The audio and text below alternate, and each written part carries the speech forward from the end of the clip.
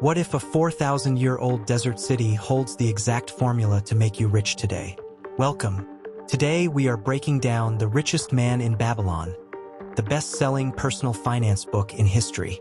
But I'm not giving you a boring summary. Over the next few minutes, you'll discover the 10% rule the wealthy use in secret, the invisible trap keeping you broke, even if you earn well, and how to make your money work as a slave for you. Stay until the end because the fourth law will stop you from losing all your savings. Let's dive in. Meet Bansir, a chariot builder in Babylon. He worked from sunrise to sunset, was the best at his craft, but his purse was always empty. Sound familiar?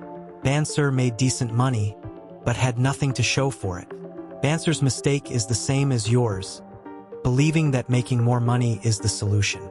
The truth is, it's not about how much you make, it's about how much you keep. This brings us to the first law: pay yourself first. Out of every 10 coins you earn, you must spend only 9.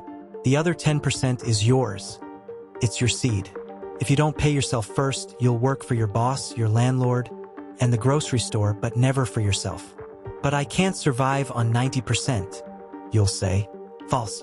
In Babylon, the wise Arkad proved that necessary expenses will always grow to equal our incomes, unless we protest them.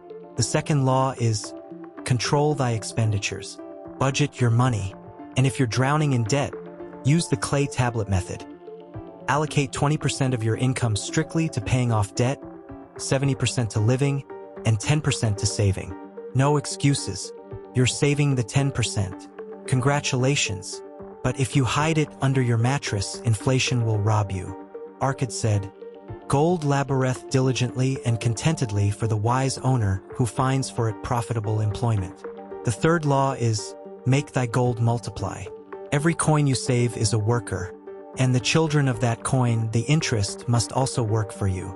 Invest that 10% in assets, index funds, real estate, or your own business. Compound interest is the 8th wonder of the world, and Babylon knew it millennia ago. But beware, because this is where everyone falls.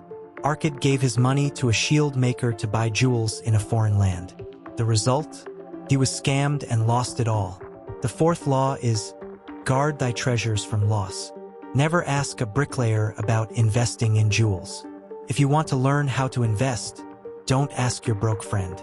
Seek out people who already have the wealth you desire. Protect your capital from get-rich-quick schemes. The laws of Babylon haven't changed in 4,000 years because human nature is the same. Save 10%, control your expenses, invest the difference, and protect yourself from scammers. Now tell me, which of these 4 laws are you failing at today? Do you struggle to save, or are you afraid to invest? Let me know in the comments. If this video brought you value, subscribe, hit the like button, and share your clay tablet with a friend who needs it. See you in the next one.